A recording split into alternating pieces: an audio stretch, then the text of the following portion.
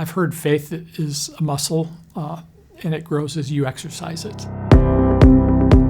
I think one of the things that has helped me to take steps of faith and to follow God is to recognize that it's not me who's the one who's adequate, but it is God who's the one who equips and enables me to serve Him.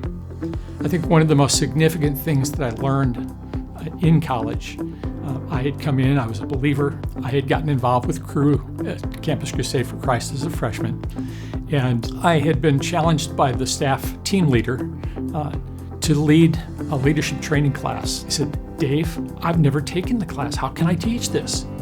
He said, "Pray about it." And so as I was praying about it, I came to the passage where Moses encounters God at the burning bush.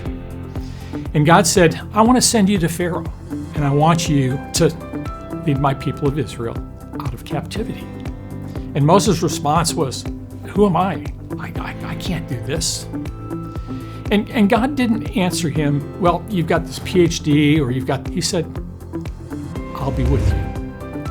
And it struck me as I was thinking about this class and what I was being asked to do, that the answer wasn't how qualified was I, but it was about God being with me, and that God would be the one who would speak through me, and God would be the one who would enable me.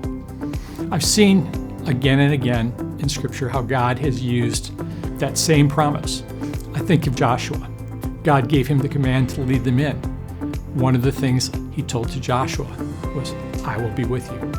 When He called Jeremiah to be a prophet, the message was, "I will be with you." And interestingly enough, when you look at the Great Commission at the end of Matthew 28:18-20, in verse 20, Jesus says, "And lo, I will be with you always to the end of the age." And I think one of the things I started to realize that as I would make myself available, that God would be with me, and that He would use me to be involved in touching other people's lives day by day. I can't do it myself. I'm imperfect. I will always fail.